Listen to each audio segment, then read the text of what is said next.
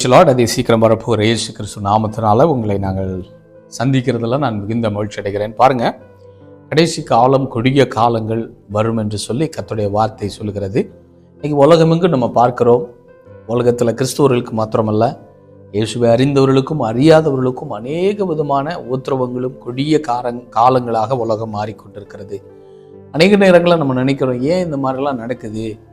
பாருங்கள், 2 நாளுக்கு முன்னாடி நேற்று நடந்த நியூஸ் பிரகாரம் பார்த்தீங்கன்னா, ஈரான் தேசத்துக்கு விரோதமாக அமெரிக்க தேசம் ஒரு புறம், இன்னொரு புறம் இஸ்ரேல் தேசம், ரெண்டுமே என்ன பண்ணுறாங்க, வார்ஷிப்பை ஈரானுக்கு பக்கத்தில் கொண்டு வைத்து விட்டு எப்படியாவது ஈரானுக்கு விரோதமாக யுத்தம் செய்யும்படிக்காக ஒரு புறத்தில் போராடி கொண்டிருக்கிறாங்க. இது நேற்று நடந்த சம்பவம். இன்னைக்கு இந்த ரெக்கார்டிங் பண்ணுற ஒரு நாளைக்கு முன்னாடி நடந்த சம்பவம். இது மாதிரி உலகமெங்கும் பலவிதமான ஒரு தத்தளிப்புக்கு நேராக இந்த உலகம் போய்கொண்டிருக்கிறத ஒவ்வொரு நாளும் நம்ம பார்த்து கொண்டே இருக்கிறோம். ஏன் இந்த மாதிரி சம்பவங்கள் நடக்கிறது? நீங்கள் யோசித்து பார்த்துருக்கீங்களா?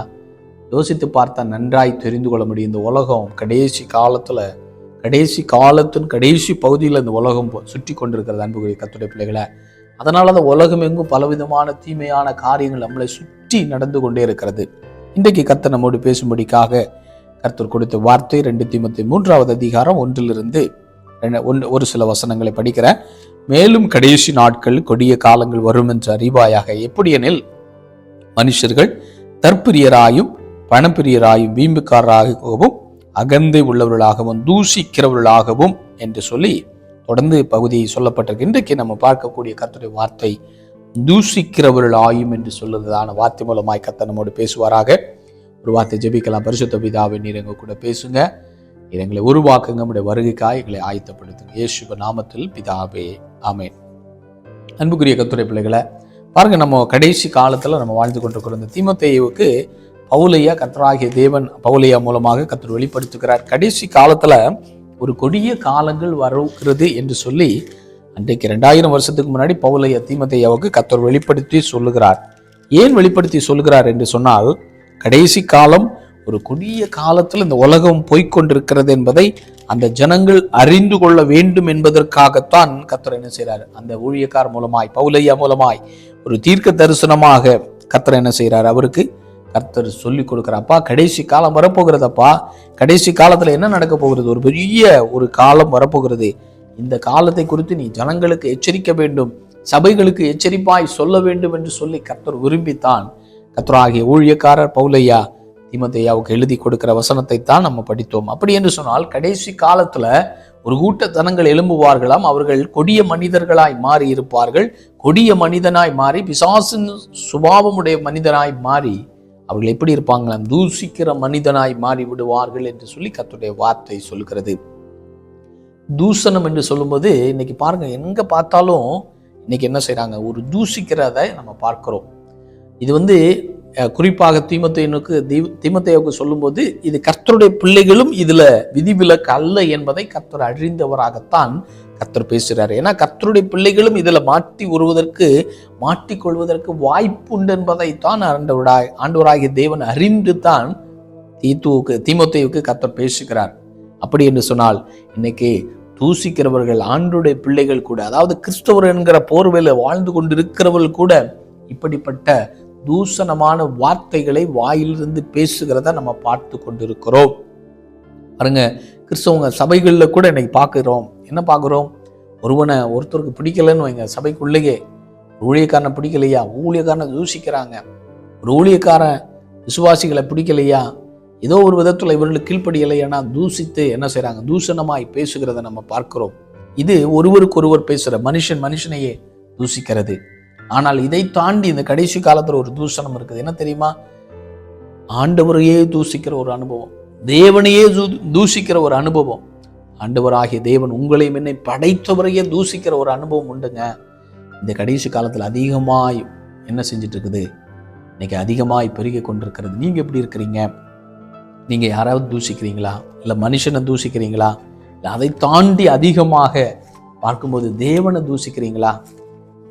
இன்னைக்கு நீங்களும் நானும் யோசித்து பார்க்கணும்னு கர்த்தர் பேசுகிறார். பாருங்க, பழைய ஏற்பாட்டில் ஒரு காரியத்தை குறித்து, ஒரு பரிசுத்தவானுடைய வாழ்க்கையில் ஒரு சம்பவத்தை குறித்து நீங்கள் அறிந்திருக்கலாம். பாருங்க, யோபு 2வது அதிகாரத்தில் பார்க்கிறோம் 9வது வசனம். அப்பொழுது அவன் மனைவி அவனை பார்த்து, நீர் இன்னும் உம்முடைய உத்தமத்தில் உறுதியாய் நிற்கிறீரோ? தேவனை தூஷித்து ஜீவனை விடும் என்றாள். இது எங்க நடக்கிறது? இது யோபுடைய வாழ்க்கையில. யோபு தேவனுக்கு ஒரு பிரியமுள்ள ஒரு மனிதன் என்று சொல்லி நல்ல ஒரு சாட்சி. முதல் அதிகாரத்துல யோபுவை குறித்து ஒரு பெரிய சாட்சி. அந்த தேசத்திலே அவர் வாழ்கிற அந்த தேசமாகிய ஊட்ஸ் என்கிற தேசத்திலேயே ஒரு பெரிய ஒரு பரிசுத்தவானாக, தேவனுக்கு பிரியமுள்ளவனாக, கர்த்தருக்கு பயப்படுகிற ஒரு குடும்ப வாழ்க்கையை வாழ்ந்து அந்த தேசத்துல தேவனுக்காய் மகிமையான காரியங்களை செய்து வந்த அந்த யோபுடைய வாழ்க்கையில தேவனால சர்டிபிகேட் கொடுக்கப்பட்டிருக்கிறது. இவர் நல்ல மனிதர், இவர் உத்தமனா இருக்கிறார், சன்மார்க்கமா இருக்கிறார், உண்மையா இருக்கிறார் என்று சொல்லி ஒரு சாட்சி பெற்ற யோபுடைய வாழ்க்கையில உண்டான ஒரு பெரிய வேதனையான சம்பவம் என்ன தெரியுமா?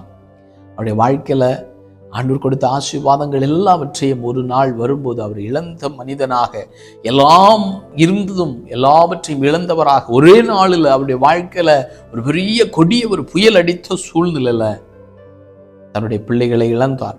தனக்கு இருந்த எல்லா செல்வங்களையும் இழந்தார். தனக்கு இருந்த எல்லா கூட இருந்த வேலைக்காரர்களை இழந்த மனிதனாய், ஒரு தனிமரமாக தனித்து விடப்பட்டவனாக, எல்லா ஆசீர்வாதத்தையும் இழந்து ஒரு திக்கற்ற ஒரு சூழ்நிலையில, சரீரமெல்லாம் வியாதி, சரீரமெல்லாம் பருக்களால் நிறைக்கப்பட்ட ஒரு மனிதனாக, கூட நேற்றைய தினத்தில் வரைக்கும் தன்னிடத்துல தன்னை ஒரு எஜமானாய் பார்த்து கொண்டிருந்தவர்கள் இன்றைக்கு ஏளனமாக, ஒரு நாய்க்கு அதிகமாக, நாயை போன்ற கேவலமாய் பார்க்கப்படுகிற ஒரு சூழ்நிலையில தள்ளப்பட்ட ஒரு மனிதன் தான் யோபு.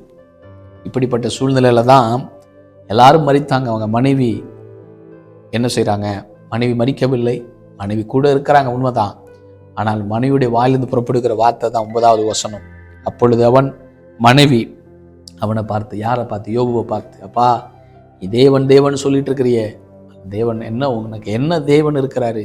உனக்கு என்ன செஞ்சாரு தேவன்? நீ என்ன பண்ண? உனக்கு எதுக்கு தேவன் தேவன் சொல்லிட்டே இருக்கிறிய? உன் வாழ்க்கையில பாரு, பிள்ளைகள் எல்லாம் இழந்துட்டோம், வந்த எல்லா நன்மைகளும் இழந்துட்டோம், ஒன்றும் இல்லாமல் நிர்கதியாய் நிற்கிறாயே, தனித்து விடப்பட்டவனாய், வியாதி, சரீரமெல்லாம் வியாதியோடு நிற்கிறாயே, எங்க தேவன் இருக்கிறாரு? அப்படி ஒரு தேவன் இருந்தா இப்படிலாம் நடந்திருக்குமா? அப்படின்னு சொல்லி தன்னுடைய மனைவி மூலமாக பிசாசு பேச ஆரம்பிக்கிறான். அடுத்து என்ன நடக்குது? பேசிட்டு பார்த்து, நீ அவனை மனைவி அவளை பார்த்து பேசுறாப்புல, நீ இன்னும் உம்முடைய உத்தமத்தில் உறுதியா நிற்கிறீரோ? என்ன உனக்கு உத்தமம்? கடவுள் தான் உன்னை கைவிட்டுட்டார்ல. கடவுள் எல்லாம் அப்படி கிடையாது. என்ன கடவுள் கடவுள்னு சொல்லிட்டு இருக்கிற? அவன் வாழ்க்கையில வருகிற பிரச்சனையை பாரு. ஏன் பிரச்சனை வருது? உன் கூட கடவுளே கிடையாதுப்பா, நீ நல்லா நம்பிட்டு இருக்கிறது பொய்யான வாழ்க்கை, அப்படியெல்லாம் சொல்லி அந்த மனைவி இவருடைய மனதை மாற்றி இவரை வேதனைப்படுத்தி, துக்கத்தின் மேல துக்கம், ஒருபுறம் இழப்பினால வருகிற துக்கம், ஒருபுறம் வியாதினால, இன்னும் இந்த மனைவி மூலமா மறுபடியும் துக்கத்தை உருவாக்கி கொண்டிருக்கிறாள் அந்த ஸ்திரீ. கடைசியில் என்ன பண்றாப்புல? துக்கத்தை உருவாக்குறது மாத்திரம் இல்லாம தேவனை தூஷித்து ஜீவனை விடும். இந்த சகோதரி மூலமா, இந்த மனைவி மூலமா, யோபுடைய மனைவி மூலமாய் அவங்க செய்யறாங்க ஒரு காரியத்தை. என்ன செய்யறாங்க தெரியுமா? நீ தேவனை தூஷிச்சிரு, நீ தேவனை தூஷிச்சிரு, தூஷித்து மாத்திரமல்ல தூஷித்து ஜீவனை விடும் என்றாள். பாருங்க, என்னுடைய இந்த வசனத்தை நான் தியானிக்கும் போது நான் இப்படியா யோசித்து பார்த்தேன். சரி, நீ கணவரே, நீ எல்லாத்தையும் இழந்துட்ட, உங்க கூட கடவுள் இல்லப்பா, நீ எல்லாமே நீ நம்புறது எல்லாமே வீணு, நீ செத்து போயிரு அப்படின்னு சொன்னா கூட அது வேற ஒரு கேட்டகரியில் போயிடும். ஆனா இந்த அம்மா அப்படி செய்யலை. என்ன சொல்றாங்க? செத்துப்போன்னு சொல்லுது, ஆனா தேவனை தூஷித்துட்டு செத்து போயிரு அப்படின்னு சொல்லி இந்த அம்மா தன் கணவரை, சொந்த கணவரை பார்த்து அவ்வளவு அற்பமாய், அவ்வளவு கீழாய், அவ்வளவு அசட்டை பண்ணி நிந்தித்து பாடுபடுத்தி வேதனைப்படுத்துகிறது. தூஷித்து விடுறப்பா, நீ தேவனை தூஷிச்சிரு அப்படி சொல்லி தேவன் மேல தூஷணத்தை உருவாக்கும்படிக்காக, தூஷிக்கும்படிக்காக அம்மா தூண்டுகிறது. அன்புக்குரிய கர்த்தருடைய பிள்ளைகளை, இது கடைசி காலத்துல நடக்கிற ஒரு சம்பவம். பிசாசு என்ன பண்றான்னு தெரியுமா? இன்னைக்கு அநேக கிறிஸ்தவங்க கடவுளை தூஷிச்சுட்டு இருக்கிறாங்க. ஒரு நாள் நல்ல ஆசீர்வாதம் பெற்றவங்க தான், ரட்சிப்பை பெற்றவங்க, குடும்பத்துல நன்மைகளை பெற்றவர்கள், தரிசனத்தை பெற்றவர்கள், ஊழிய அழைப்பை பெற்றவர்கள், கர்த்தர் மகிமையாய் பூமிக்குரிய ஆசீர்வாதங்களினாலும் ஆவிக்குரிய ஆசீர்வாதங்களினால் வைத்த ஒரு காலம் உண்மை. ஆனால் பிசாசு அதெல்லாம் மறக்க வைத்து ஒரு வாழ்க்கையில வருகிற ஏதோ ஒரு சின்ன பிரச்சனையை பார்த்து, இதை காட்டிலும் பிரச்சனைகள் எல்லாம் ஆண்டவர் சால்வ் பண்ணியிருக்கிறார், உண்மைதான். ஆனால் இன்னைக்கு கரண்ட்ல வந்த பிரச்சனையை பிசாசு என்ன செய்து, அந்த தாயை மாதிரி ஏவி விட்டு, நீ என்ன பண்ணு, தேவனை தூஷிச்சிருப்பா, தேவன் உனக்கு கூட இல்லப்பா, உனக்கு தேவன் உதவி பண்ண மாட்டாருப்பா, தேவனை தூஷித்து நீ என்ன செஞ்சிரு, உன் வாழ்க்கை அழித்து போ, நீ தேவனை தூசித்து விடு என்று சொல்லி பிசாசு இன்னைக்கு அநேக மனிதனோடு, அநேக கிறிஸ்தவ பிள்ளைகளோடு கூட இன்னைக்கு பேசிக்கொண்டிருக்கிறான். இந்த கடைசி காலத்துல இது அதிகமாகும். அன்றைக்கு யோபுக்கு மட்டும் நடந்திருக்கலாம், இன்னைக்கு அநேக யோபுடைய மனைவியை போன்ற கிரிய உள்ள பிசாசுகள் இன்னைக்கு அநேக ஜனங்களுக்குள்ள தேவனை தூசிக்கும்படிக்காக அவன் போராடி கொண்டிருக்கிறான். இன்னைக்கு கர்த்தர் பேசுகிறார், அது நல்ல ஸ்பிரிட் கிடையாது, இதை அறிந்து கொள். இது கடைசி காலத்துல பிசாசு உங்களையும் என்னை அழிக்கும்படிக்காக நம்ம மேல வைத்திருக்கிற ஒரு பெரிய பிசாசின் திட்டம். ஆனா தேவன் இன்னைக்கு உங்க கூட பேசுறாரு, நான் தூசிக்க மாட்டேன். ஒருவேளை இன்னைக்கு ஆசீர்வாதம் இன்னைக்கு இல்லாம இருக்கலாம், ஆனால் என்னை அழைத்த தேவன் உண்மை உள்ளவர், அவர் கடைசி வரைந்து என்னை நடத்த போதுமானவராய் இருக்கிறார் என்று விசுவாசிங்க. இன்னைக்கு இருக்கிற சூழ்நிலை, எந்த சூழ்நிலை நீங்க பாத்துறாதீங்க, சூழ்நிலையை பார்த்து சோர்ந்து போயிடாதீங்க. கர்த்தர் உங்களுக்காக எனக்காக அவர் யுத்தம் செய்ய அவர் போதுமானவராக இருக்கிறாருங்க. சோர்ந்து போகாதீங்க. தூசிப்பதற்கு பிசாசு எத்தனையோ நெருக்கங்களை கொண்டு வரலாம், தூசித்திராதீங்க. ஆண்டவர் நல்லவர் ஐயா, ஆண்டவர் அவர் அந்த யோபு சொல்றாரு, அவர் என்னை கொன்று போட்டாலும் அவர் மேல நம்பிக்கையா இருப்பேன்.